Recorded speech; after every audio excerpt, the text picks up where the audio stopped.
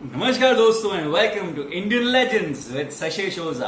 और दोस्तों आज हम एक ऐसे लेजेंड की बात करने वाले हैं जिन्होंने अपने जीवन के हर मुश्किल दीवार को लांघकर हर मजबूत से मजबूत जंजीर को तोड़कर, भले उनको शोले मिले या फिर मुहाबतें, दिल में आनंद रखकर सबको प्यार बांटने वाले और सबसे ये कहने वाले,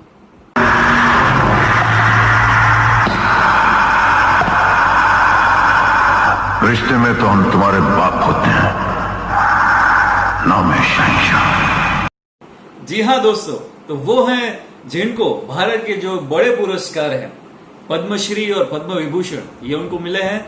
उनका नाम है दोस्तों, देवियों सज्जनों, अमिताभ बच्चन जी। जी हाँ दोस्तों, ऐसा नाम जो दुनिया का हर एक बंदा जानता है। और दोस्तों आपको उनकी सक्सेस के बारे में तो पता है, लेकिन शायद उनका जो संघर्ष है वो आपको नहीं पता। और उनका संघर्ष एक ऐसा संघर्ष है जो हम सबको मोटिवेट कर देगा। दोस्तों कहते हैं ना कि हीरे की जो खान होती है उसमें कोयला भी होता है और हीरे भी होते हैं, लेकिन हीरे के ऊपर बहुत सारा प्रेशर आता है और बहुत सारे टेस्ट से वो गुजरता है, उसके बाद वो हीरा बनता है। तो आज हम एक ऐसे ही हीरो के बारे में बात करने वाले हैं दोस्तों। जी हाँ दोस्तों, इनका जन्म हुआ था 11 अक्टूबर 1942 को, और तब इनका नाम रखा था इनकलाब, क्योंकि तब भारत का स्वतंत्र का संग्राम बहुत ही जोरों शोरों से चल रहा था। और इनके पिताजी द फेमस हरिवंश राय बच्चन जी, इन्होंने इनका नाम रखा था इनकलाब, लेकिन आगे जाके इनका नाम रख दिया गया अमिताभ, मतलब अमित आभ, जिसका प्रकाश कभी भी अंत नहीं होता। जी हाँ दोस्तों, तो ये दिल्ली में इन्होंने अपना ग्रेजुएशन कंप्लीट किया और इन्होंने ऑल इंडिया रेडियो में जाकर अपनी ऑडिशन दिया स्पीच के लिए, लेकिन ऑल इंडिया रेडियो ने इनको 2 बार रिजेक्ट कर दिया। ये कह गए कि इनका आवाज बहुत ही भद्दा और मोटा है और ये आवाज उनको नहीं चलेगा। और दोस्तों इसके बाद वो कोलकाता चले गए और कोलकाता जाके इन्होंने छोटी छोटी प्राइवेट जॉब्स की बहुत ही कम सैलरी में, लेकिन इनका अंदर एक इनर कॉलिंग था, वो इनको कह रहा था कि यार मुझे एक्टर बनना है। तो दोस्तों ये आ गए मुंबई, और याद है ना इनको मना कर दिया गया था आवाज की वजह से, और वही आवाज इनको खुद का पहला काम दिलाया दोस्तों। जी हाँ, भुवन शोम ये मूवी में इनको वॉइस ओवर आर्टिस्ट की तरह एक काम मिला, 300 रुपये पूरे मिले थे दोस्तों। और फिर बहुत काम इनको नहीं मिल रहा था दोस्तों, और कई दिन ऐसे गुजरे जब ये मरीन ड्राइव पे ही रहते थे दोस्तों। इनके पास बहुत ही कम पैसे थे दोस्तों, रिसोर्सेज नहीं थे, ऐसा भी दिन गया था इनका। और एक बार एक इंसिडेंट है दोस्तों, जब शशि कपूर साहब की फिल्म थी और ये भीड़ में खड़े रह के इनका कोई रोल था, और शशि कपूर साहब ने इनको बुलाया कि सुनो दोस्त, ये आपके लिए रोल नहीं है, आप सिर्फ बड़े रोल के लिए बने हो, और इनको वो छोटे से रोल से निकाल दिया गया था। तो दोस्तों ये देखिए उनकी आंख कितनी अच्छी थी कि हीरे की कीमत केवल जौहरी ही जानता है, ऐसी ही बात हुई दोस्तों। और धीरे धीरे इनको एक मूवी मिली सात हिंदुस्तानी, जो इतना अच्छा नहीं कमाल कर पाई और बहुत बुरी तरीके से फ्लॉप हुई दोस्तों। इसके बाद बॉम्बे टॉकी, परवाना, ऐसी मूवी मिली, लेकिन बहुत फ्लॉप हो गई दोस्तों। फिर जाके बहुत टाइम के बाद इनको एक मूवी मिली जिसका नाम था आनंद। जी हाँ दोस्तों, हमारी सबकी फेवरेट आनंद। और इस फिल्म के लिए इनको फिल्म फेयर अवार्ड मिला था सपोर्टिंग एक्टर के लिए।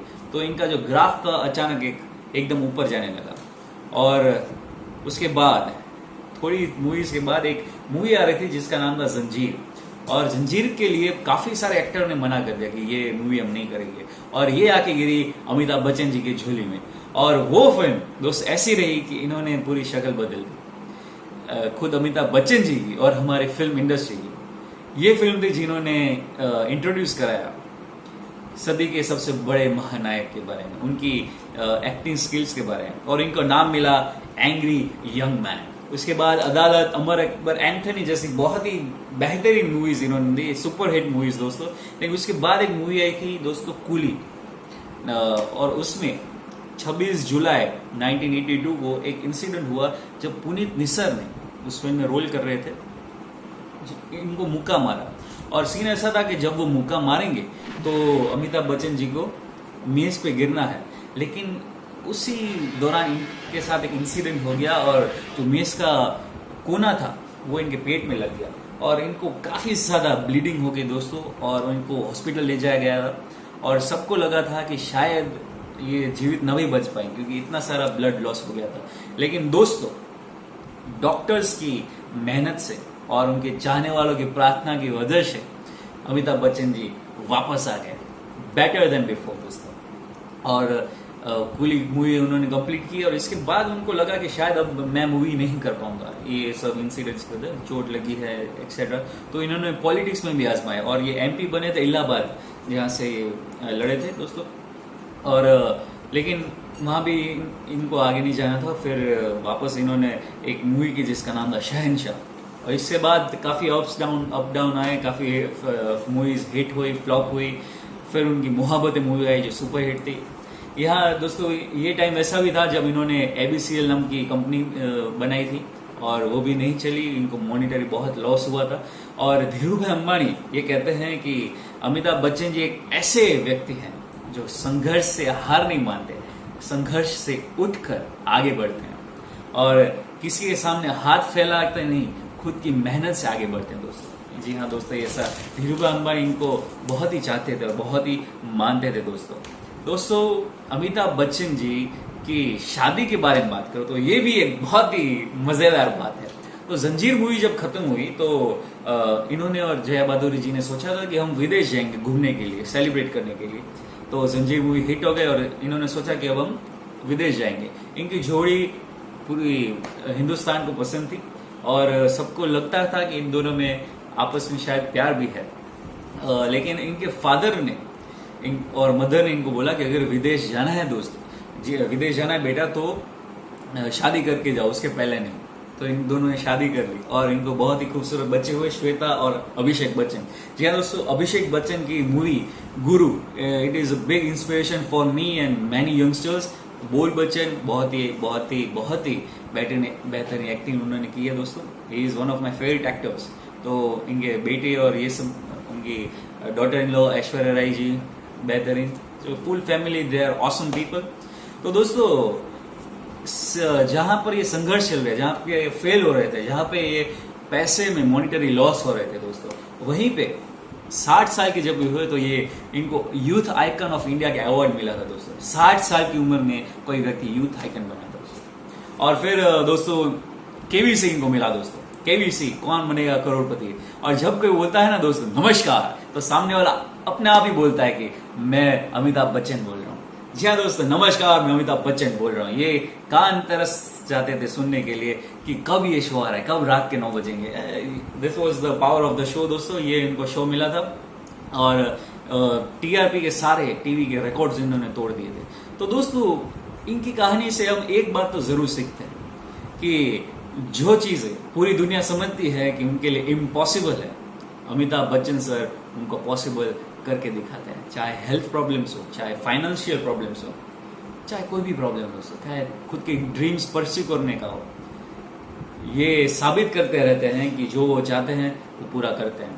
और दोस्तों, फिलहाल अभी न्यूज़ आ रही है कि उनको कोरोना डिटेक्ट हुआ है एंड वो ट्रीटमेंट में है। तो हम सब जानते हैं दोस्तों कि हम सबके प्रेयर्स उनके साथ है, सबके आशीर्वाद, भगवान का आशीर्वाद उनके साथ है, और वो बहुत ही बेहतर तरीके से वापस आएंगे। और अंतिम पद है कि असफलता एक चुनौती है, इसे स्वीकार करो। असफलता एक चुनौती है, इसे स्वीकार करो। क्या कमी रह गई देखो और सुधार करो। जब तक न सफल हो नींद चैन को त्यागो तुम। जब तक न सफल हो नींद चैन को त्यागो तुम। संघर्ष का मैदान छोड़कर मत भागो तुम। कुछ किए बिना ही जय जयकार नहीं होती। कोशिश करने वालों की कभी हार नहीं होती। कोशिश करने वालों की कभी हार